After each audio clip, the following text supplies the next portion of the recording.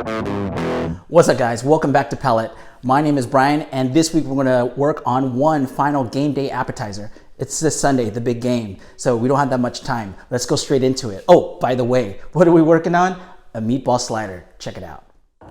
Okay guys, let's start off with the ground meat. I use pork and beef. More fat equals more flavor.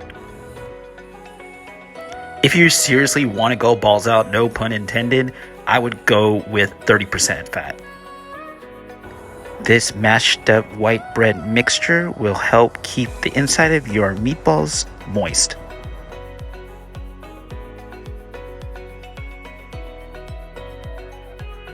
Here's some of the ingredients you need: parsley, oregano, garlic, 2 whisked eggs, black pepper, and sea salt.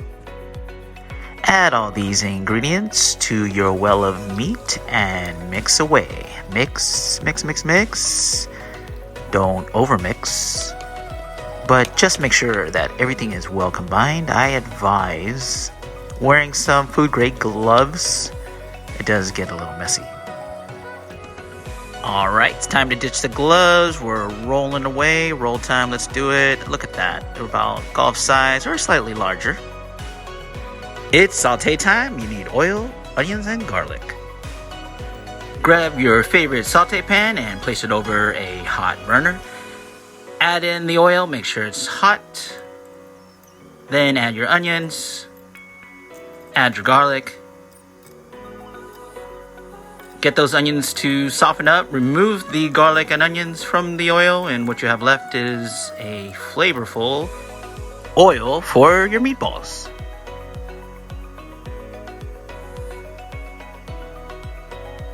And you toss them over after about 3 to 4 minutes. You want to have a nice sear on all sides. The purpose of the searing is to lock in the moisture and flavor. On the outside, it's to give a nice, crispy, caramelized texture. You're probably wondering why they look more like pucks rather than balls. Well, I believe that has to do with the fact that there might be a little bit too much water, but that's okay. 12 minutes or so have gone by, and we have some lovely meatballs.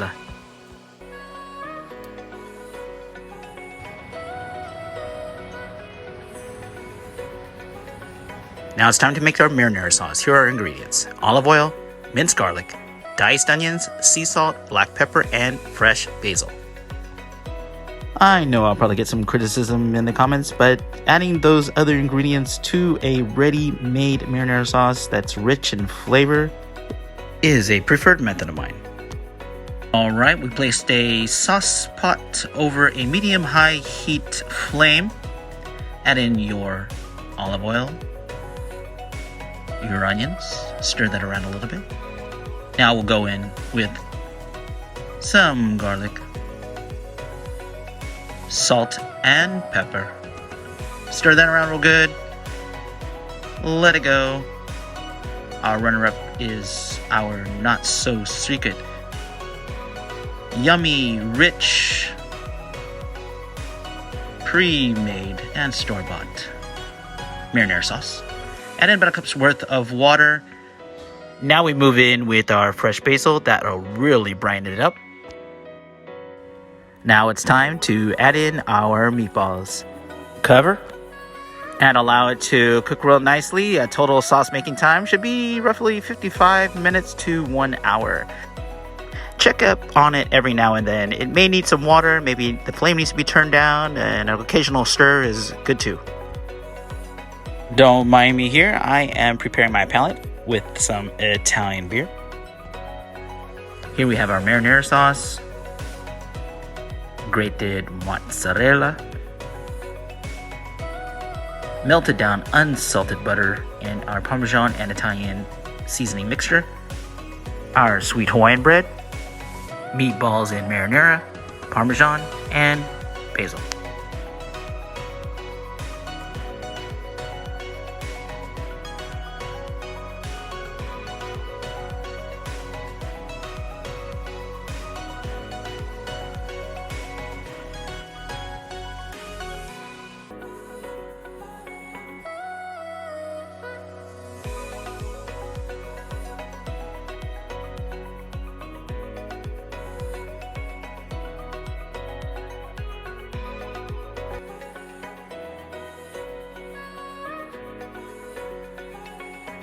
All right, we go in for a quick bake, 425 degrees Fahrenheit, middle rack for 8 minutes.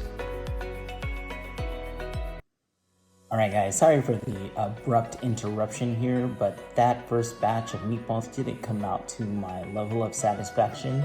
So we're gonna add 2 ingredients to deepen the flavor of our meatballs, and that is the Pecorino Romano and the Pancetta.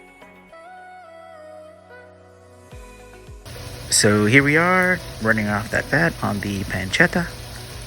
We have in some oil, garlic, onions, and crushed red pepper flakes. Here's the Pecorino Romano.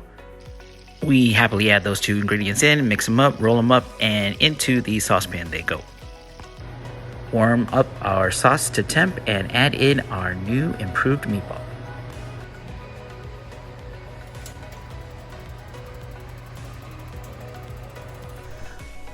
All right, guys, so we reached the end of our video, and as you know, we went through 2 batches of meatball making. The first batch didn't quite, in terms of flavor, meet my level of expectation. The meatball itself is the star of the appetizer, or just the main ingredient, right? So it definitely needs to stand out.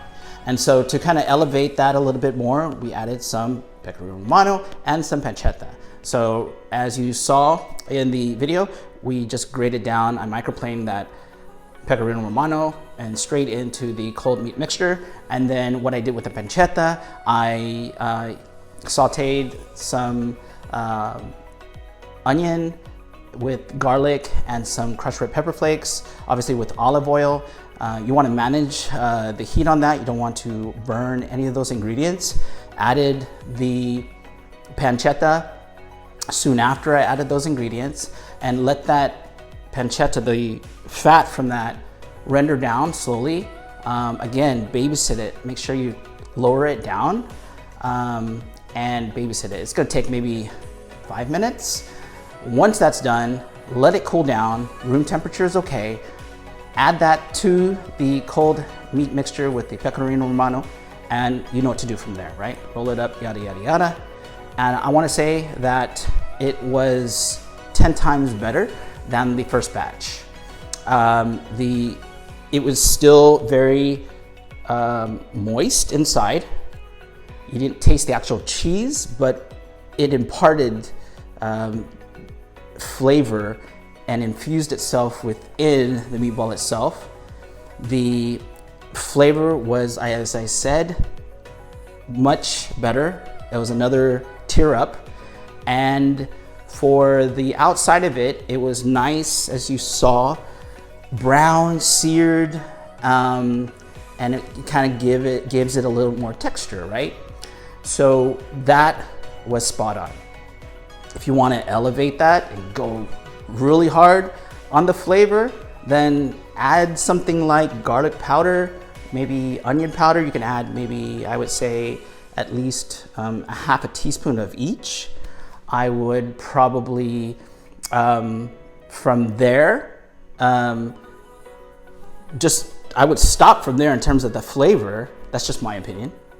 And really let the other flavors kind of complement that.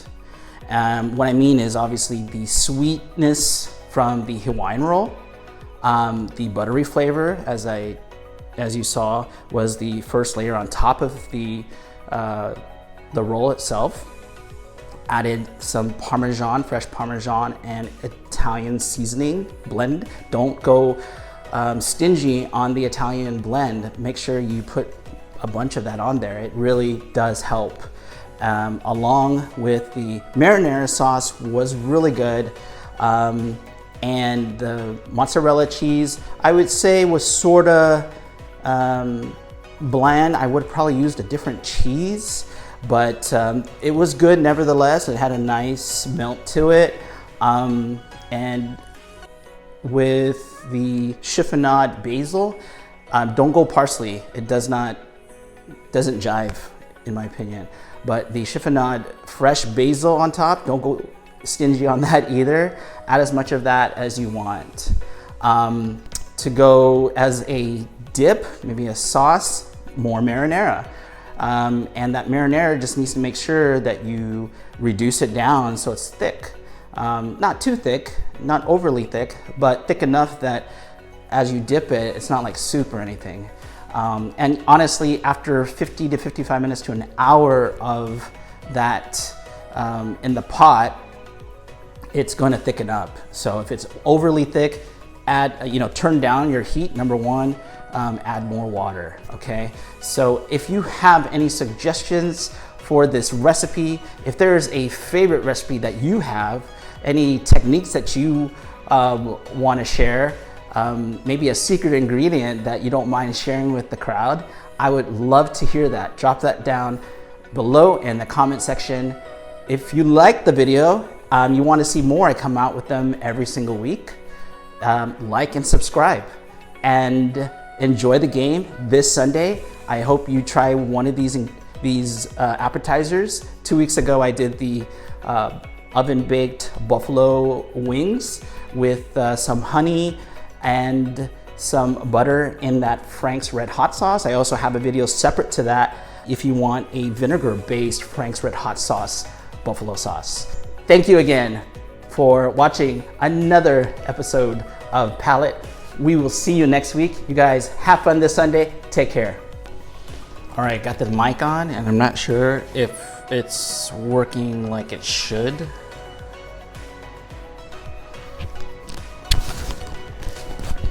Mic, check, mic, 1, 2, 3, check. Checking 1, 2, 3, check mic, 1, 2, 3.